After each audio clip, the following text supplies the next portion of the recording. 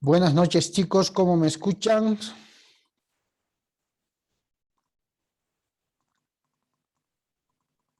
Buenas noches, doctor. Muy bien. Gracias, gracias. No olviden, por favor, registrarse en el chat de la grabación. Mientras les damos unos segundos para que los compañeros se vayan conectando. Bien. Pues les daremos un par de segundos a todos los compañeros que vienen conectándose. Mientras nos preparamos para empezar la clase de prácticamente de retroalimentación, porque el próximo lunes, como hoy, tenemos la evaluación del primer parcial. En ese sentido, hoy le vamos a dedicar la clase a una retroalimentación de los temas que van a entrar al primer parcial.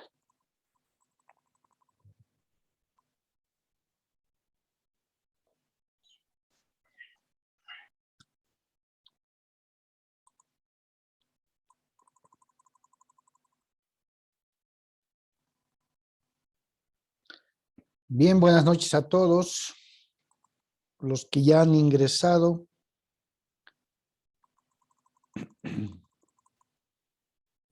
Damos paso a los que todavía no.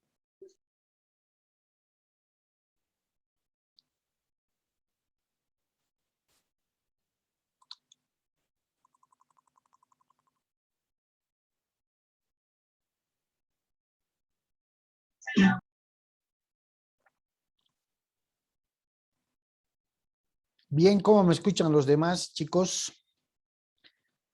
Bien, doctor, bien. ¿Cómo están? Buenas noches. Bien, doctor. ¿Usted cómo está? Bien, bien, gracias a Dios, todo bien. Qué bueno, doctor. Todo bien. He sentido un poco de frío por la tarde, debe ser por el viento o yo estoy mal.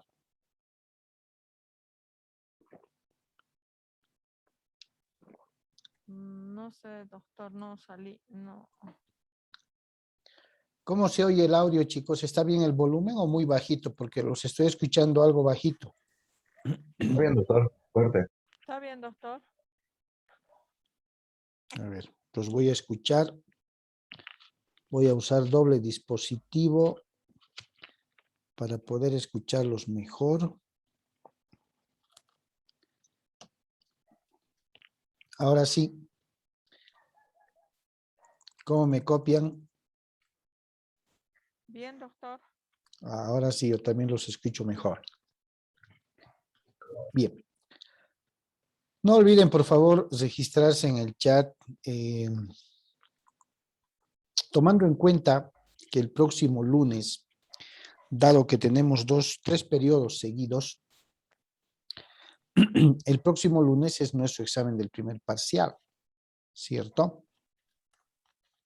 Entonces vamos a dedicarle, estimo yo que los 2 primeros periodos del día de hoy, a retroalimentar los temas que hemos ido abordando y que van a ser parte del primer parcial. Pudiendo lógicamente en esta parte de la retroalimentación, formular cualquier duda o toda duda que podrían tener en referencia a los temas que hemos abordado. ¿Ya? Entonces,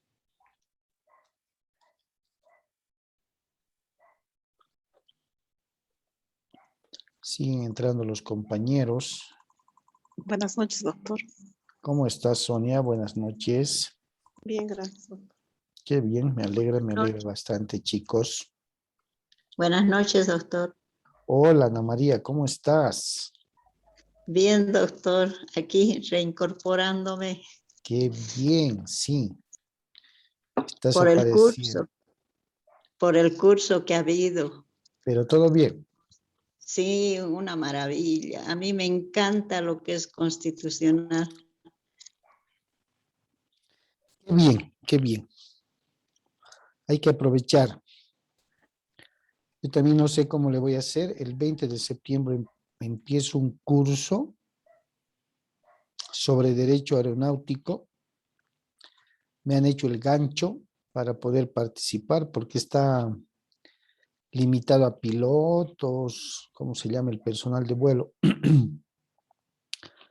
Pero bueno, voy a estar con un oído seguramente en el auricular y el otro dando clases, ¿no? Sí, vale No la hay otra. pena. No, vale, vale, vale. Mientras se pueda, hay que actualizarse. Mientras el tiempo dé y el cuerpo también, lógicamente. Sí, doctor, es verdad. Bien, Todo se chicos. puede. Yo Sí, creo que sí. todo se puede. Y sobre todo con las grabaciones que tenemos, uno se pone al día. Sí, sí. Eso es bueno. Eso es bueno. He visto también ya como subimos primero a YouTube para pasar solo el enlace, he visto que los videos han sido visitados por otras personas, inclusive que nada que ver con la universidad. Como lo hacemos público, porque si no, no podrían ver el video, pues. Pero bien, mientras se pueda, hay que ver. Bien. Habíamos abordado la materia de derecho de sucesiones, conociendo un poco a manera de introducción cuál era la interpretación gramatical de esa palabra tan famosa que pronunciamos como sucesión. Y le aumentamos la palabra hereditario, ¿cierto? Desde el punto de vista gramatical dijimos que el término sucesión vendría a significar el cambio, reemplazo o sustitución de una cosa por otra. En el caso que nos ocupa, de una persona por otra. De manera específica, en el ámbito del derecho sucesorio, ¿ya? Vamos a entender que sucesión significa transmisión. Transmisión de derechos y obligaciones de una persona que ha fallecido a favor de una o de varias otras que le sobreviven. ¿Ya? Esta transmisión de derechos y obligaciones a raíz de la muerte o fallecimiento de una persona también es conocida en muchas obras, en muchos libros de derecho sucesorio, como sucesión mortis causa. Y si por sucesión entiendo la transmisión de derechos y obligaciones, por mortis causa entiendo por causa de muerte. Algo así como que nos dijeran la transmisión de derechos y obligaciones por causa de muerte, ¿cierto? Entonces no les extraña que en algún libro, alguna obra, puedan ver los términos sucesión mortis causa, que están hablando del derecho sucesorio en relación a la transmisión de derechos y obligaciones de una persona que ha fallecido a favor de una o de varias que le sobreviven. ¿Ya? Excepcionalmente, es decir, dejando de lado la muerte como causa de esa transmisión, se puede transmitir también derechos y obligaciones entre vivos, excepcionalmente, que es lo que particularmente ocurre cuando las personas están vivas. Y el ejemplo más típico para transmitir derechos y obligaciones, bienes, cosas, como le quieran llamar, es pues el contrato de compra-venta. ¿Ok? Bien, entonces esa sucesión denominada mortis causa va a tener su origen, es decir, esa transmisión de derechos y obligaciones por causa de muerte va a tener su origen en relación al grado o línea de parentesco que puede existir entre la persona que ha fallecido y las personas que le sobreviven.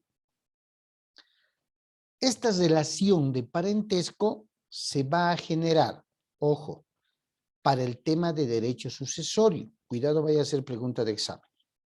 Para el tema de derecho sucesorio se va a generar por una relación de parentesco de consanguinidad o por una relación de parentesco por adopción o también llamado relación civil. Relación de parentesco civil. ¿Ya? Como consecuencia de un acto unilateral. ¿Por qué? El acto unilateral más adelante lo vamos a denominar acto unilateral y voluntario como testamento. ¿Qué nos está diciendo cuando hablamos de la relación de parentesco en virtud de la sucesión mortis causa? Nos está diciendo que por causa de la muerte de una persona se va a generar la transmisión de derechos y obligaciones. Es cierto. De una persona que ha fallecido a favor de las que le sobreviven.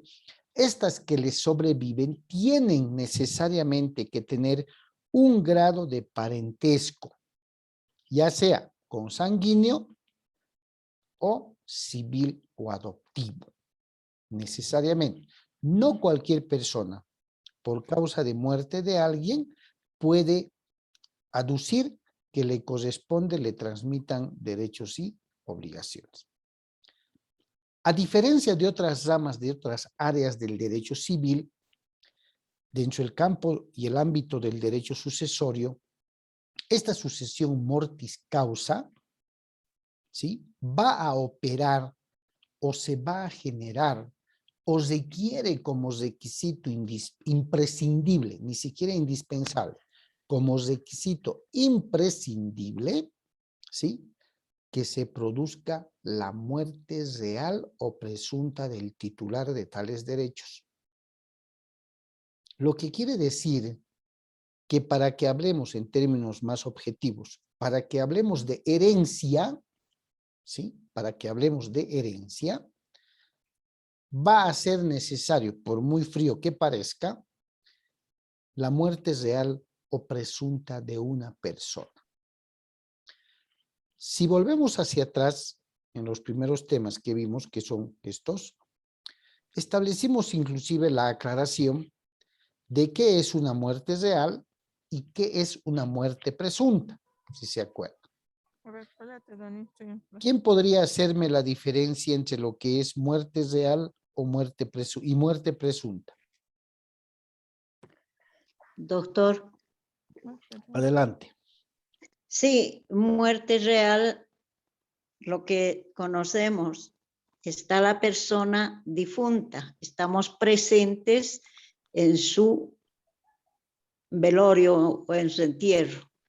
Y la muerte presunta se lo considera por la desaparición por un tiempo prolongado de una persona que no se la ubica y que realmente no se sabe si es que está en vida o ha fallecido de algún modo. ¿Ok? Doctor, Adelante. Después Jessica, que levantó la mano. Adelante. muertes reales al cese de los signos vitales, doctor. ¿Ya?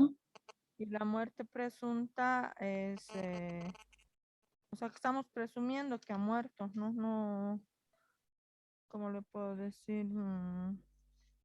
O sea, solamente estamos presumiendo, pero la real es la que es la cese de los signos vitales, que también se llama muerte civil, doctor. ¿Ya?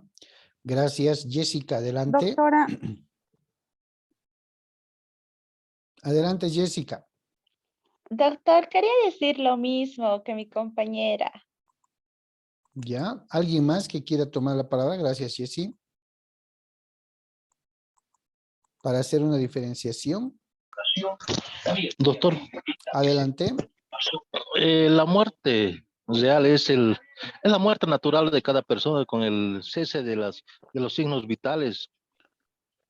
Ya, y la muerte presunta es la desaparición del cuerpo en caso de un accidente. Hay accidentes como los accidentes en avión, muertes por guerra, que no se lo puede encontrar el cuerpo.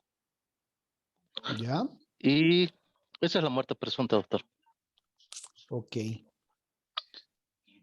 ¿Alguien más? Nadie más. Doctor, Adelante.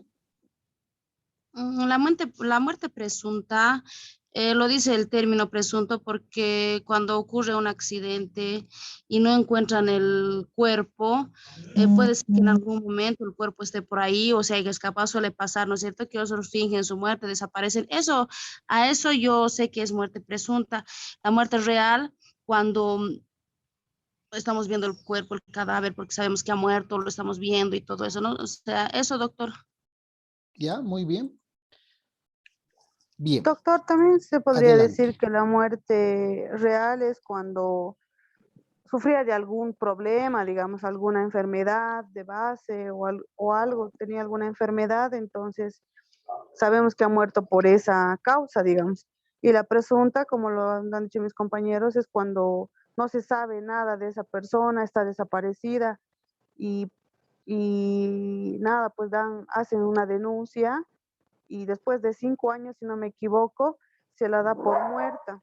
Y pasa lo mismo con las personas que, digamos, hubo un problema hace un año, desaparecieron 2 personas. ¿Por qué? Porque se presume que han sido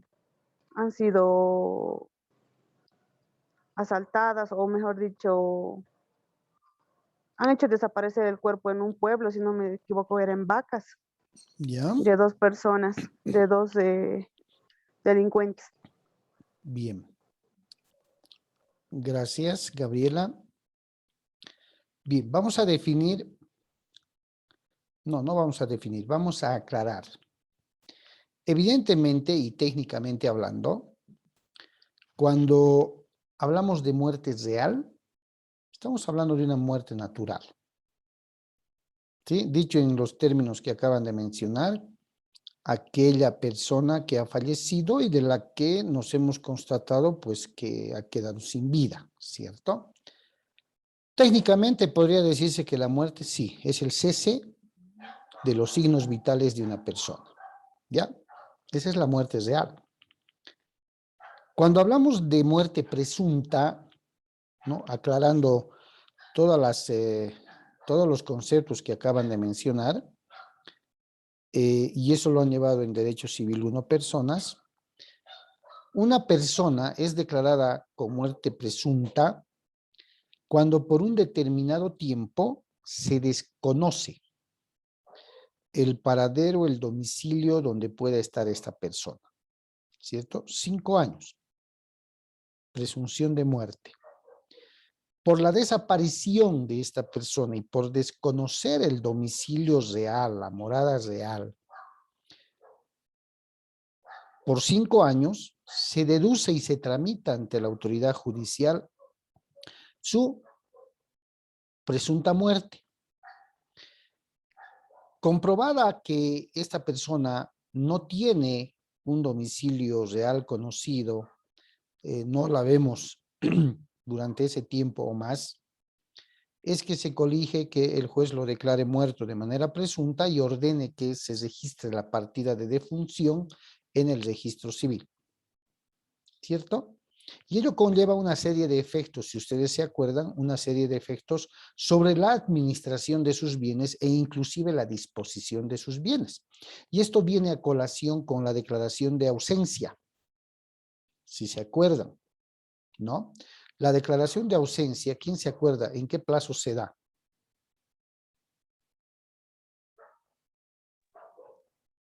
¿5 años, doctor? La declaración de ausencia, porque la presunción de muerte son 5 años. 3 años, doctor. 3 2 años. años, doctor. 2 años.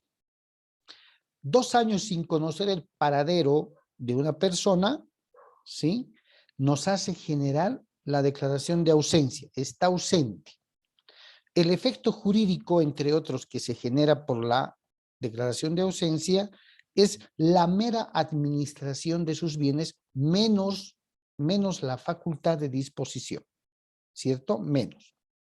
Pero si encima de esos 2 años de ausencia completa los 5 años, si vale el término, y aún no conocemos el paradero, se presume pues que esta persona presuntamente puede haber fallecido, ¿cierto? Y el trámite es judicial. Cuando ustedes me dicen que el cuerpo podría desaparecer fruto de algún accidente y todo lo demás, guarda más relación, y quiero entenderlo así, guarda más relación con las figuras de la premoriencia y con las figuras de la conmoriencia. Conmoriencia, muerte común. Cuando es difícil establecer la data de la hora exacta del fallecimiento, se presume que quienes han fallecido en determinado evento, sea un accidente, una calamidad o algo así, se presume que todos han fallecido a la misma hora y la misma fecha, lógicamente. La otra figura, la premoriencia, antes, moriencia, muerte, es aquella figura en la que se podría establecer quién ha muerto antes que quién, ¿cierto? Previo a la muerte. Entonces, es una manera de establecer fechas, días y horas de muerte para efectos de registro. Cuando en el ámbito del derecho sucesorio nos está diciendo la regla que para hablar de sucesión mortis causa, prácticamente nos está diciendo para hablar de herencia, hay un requisito imprescindible que debe concurrir. Ese requisito imprescindible es, fríamente dicho, la muerte real o la muerte presunta de una persona. Lo que quiere decir que solamente aconteciendo, ya sea la muerte real o la muerte presunta debidamente declarada en el ámbito judicial, vamos a poder hablar de herencia. Es decir, vamos a poder hablar o alegar que se produzca o se genere la transmisión de bienes, derechos y obligaciones de esta persona que ha muerto de manera real o que se la considera presuntamente muerta. ¿Listo? Bien. ¿Cuáles son los antecedentes que han inspirado en nuestra legislación civil y lógicamente en otras que tienen influencia sobre la nuestra, los conceptos básicos de lo que es el derecho de sucesiones? Desde un punto de vista enteramente didáctico, ¿sí?, vamos a dividirla en una edad antigua y en una edad moderna que desde ya en otras áreas del derecho y en temas en esas áreas ustedes han podido estudiar. Por ejemplo, ¿qué ocurría en la edad antigua cuando reinaba específicamente el patriarcado? ¿Cierto? El patriarcado es el punto de inicio o de concepción de lo que se va a conocer como la familia monogámica. Se acordarán ustedes, históricamente hablando y en relación a los antecedentes, ¿no? En primera instancia aparece la familia promiscua, ¿cierto? Como vulgarmente se dice, o popularmente, no vulgarmente, popularmente se dice todos contra todos. Y en esa relación de todos contra todos era bien difícil determinar la paternidad de los hijos, ¿cierto? Era bien difícil determinar. Y de ahí viene, ya va a establecerse, que para hablar de sucesión, es decir, de esa transmisión de bienes, derechos y obligaciones, debe existir una relación de consanguinidad con respecto al grado de parentesco.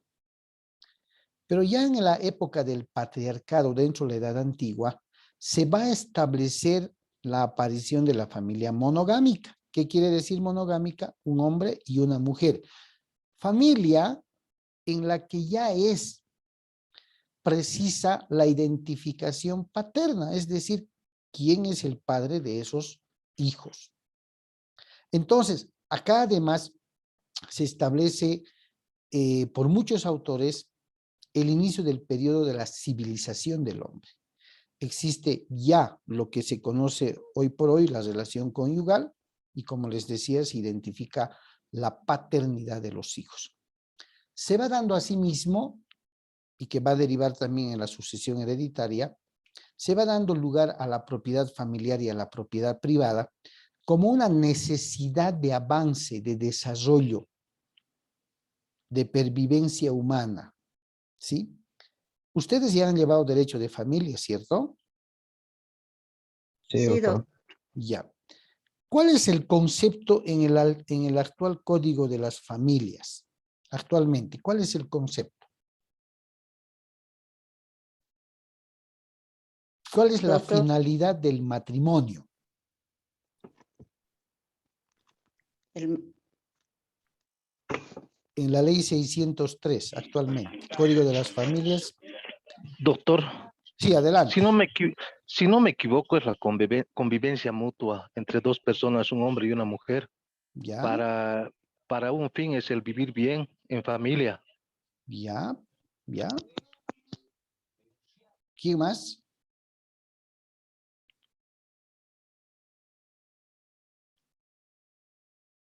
¿Alguien más se acuerda? ¿Le suena? Adelante.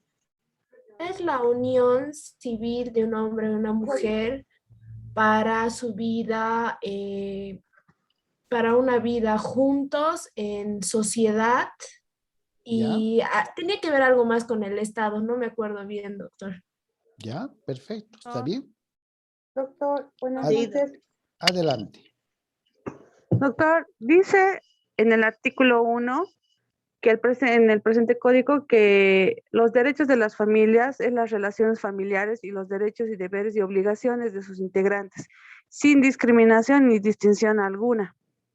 Ya, Doctor, adelante. dice también que, o sea, esta ley reconoce varios tipos de grupos familiares. No solamente va a ser la tradicional, sino también van a estar conformados, suelen estar formados como por el papá, la mamá, los hijos. ¿Habla algo así, doctor? De los tipos Sí, de grupos sí, familiares. sí, sí, es el tema de las relaciones familiares. Ana María levantó la mano, adelante. Sí, doctor, para mí el matrimonio, por supuesto, la relación de un hombre y una mujer puede ser también, según la ley, la convivencia, está aceptada las dos formas, pero esto es con una finalidad, el proyecto de vida. Ah, el proyecto de vida en común de estas personas, ¿cierto? Este proyecto de vida en común o proyecto común de vida, ¿sí? Ya da sus inicios, ya da sus indicios desde la edad antigua en el patriarcado.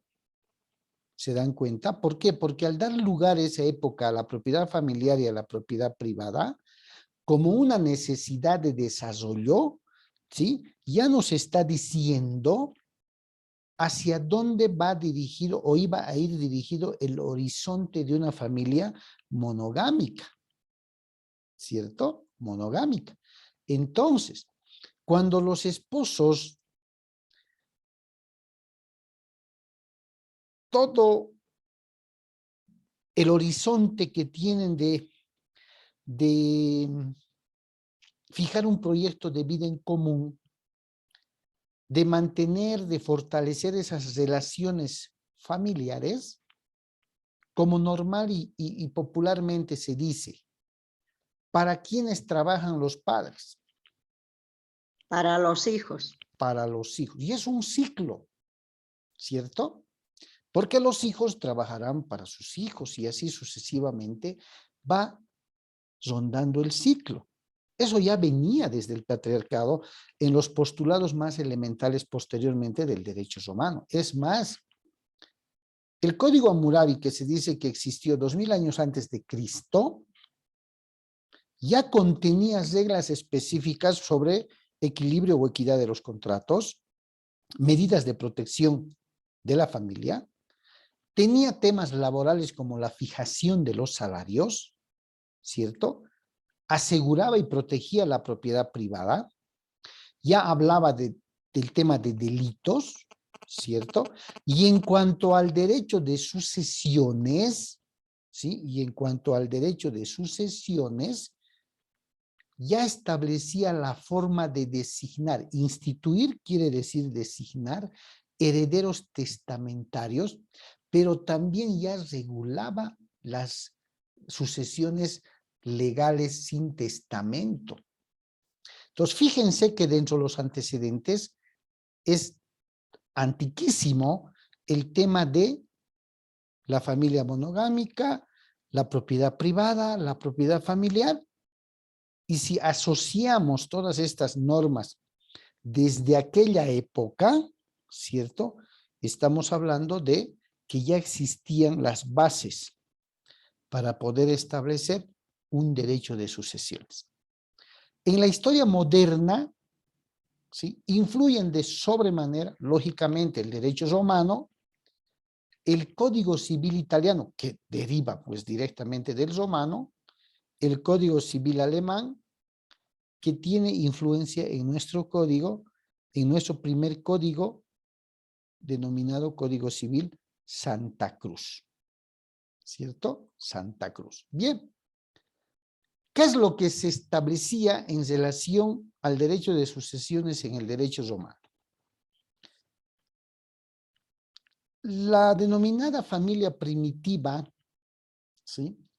Que se conoce también el patriarcado, pues establece que el pater family era el jefe absoluto y que a la muerte de este jefe absoluto, es decir, del pater family, este nombraba a sus sucesores a través del testamento.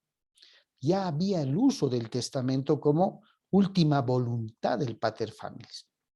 ¿Cuál era el fin de dictar un testamento en esa época? La unidad patrimonial y la unidad familiar. El pater family, conforme a las reglas de aquella época dentro del derecho romano, buscaba siempre proteger el patrimonio, pero en base a la unidad familiar. ¿Quién era el que asumía la titularidad a la muerte del pater family? El hijo, ¿cierto? El primogénito, quien tomaba el lugar del pater family y se convertía en el jefe de la familia. De ahí viene, pues, que el esposo, ¿no ve? El varón es el jefe, la cabeza de la familia. Ahora, hoy por hoy no sé si es así, pero dentro del derecho romano venía así, ¿no?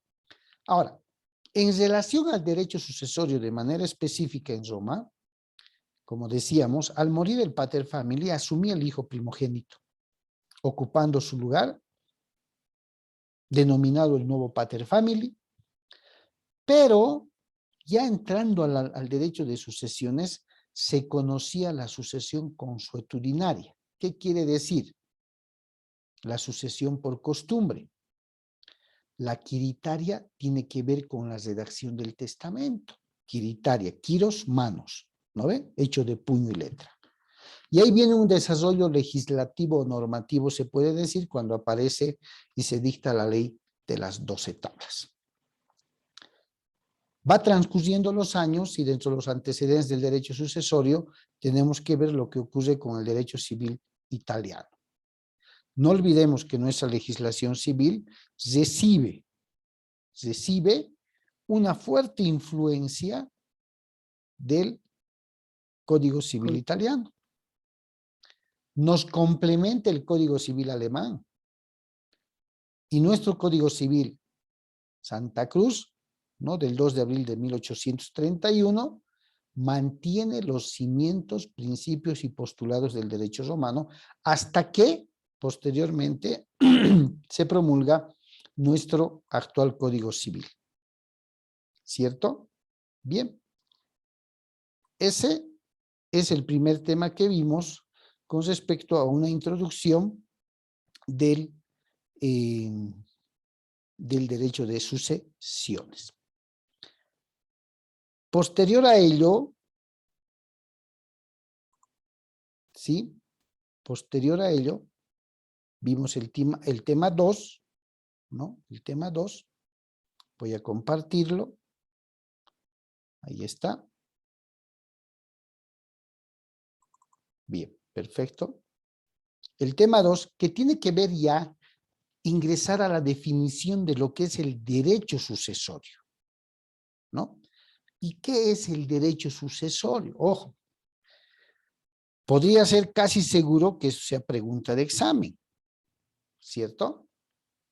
Es el conjunto de normas, lógicamente jurídicas, de orden público, que se va a encargar de regular la transmisión patrimonial de derechos y obligaciones o relaciones jurídicas transmisibles de una persona fallecida a favor de una o varias que le sobreviven.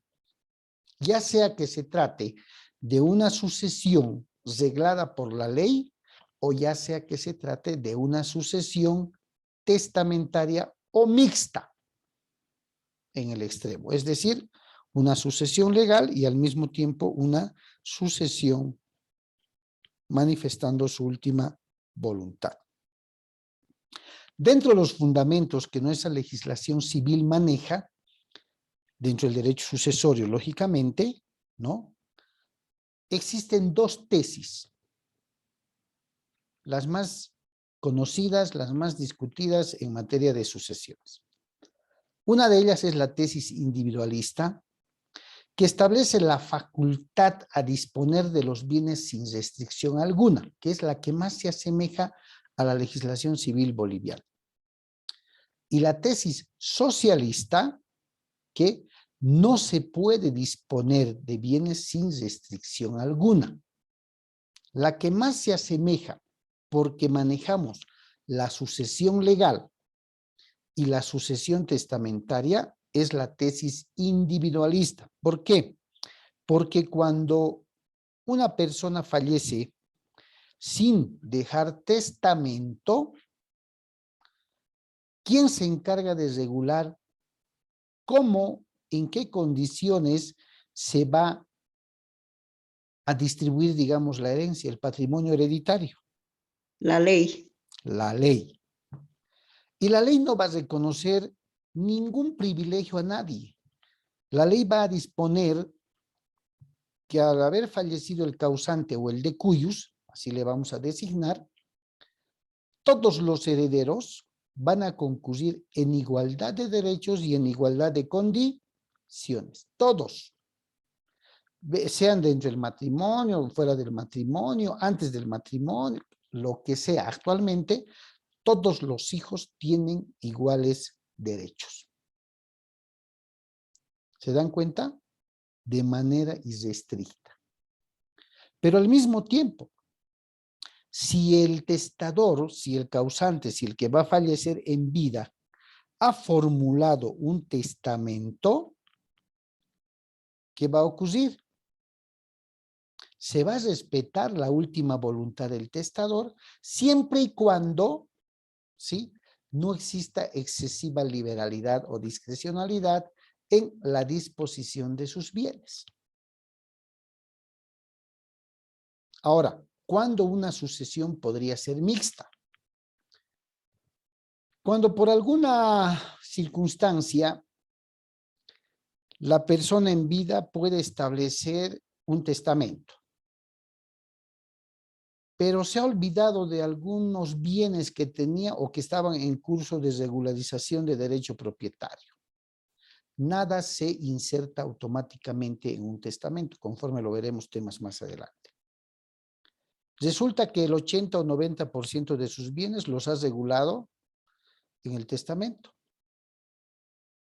Entonces estamos frente a una sucesión testamentaria. Uno o dos inmuebles han quedado sueltos por ahí mientras se regularizaban.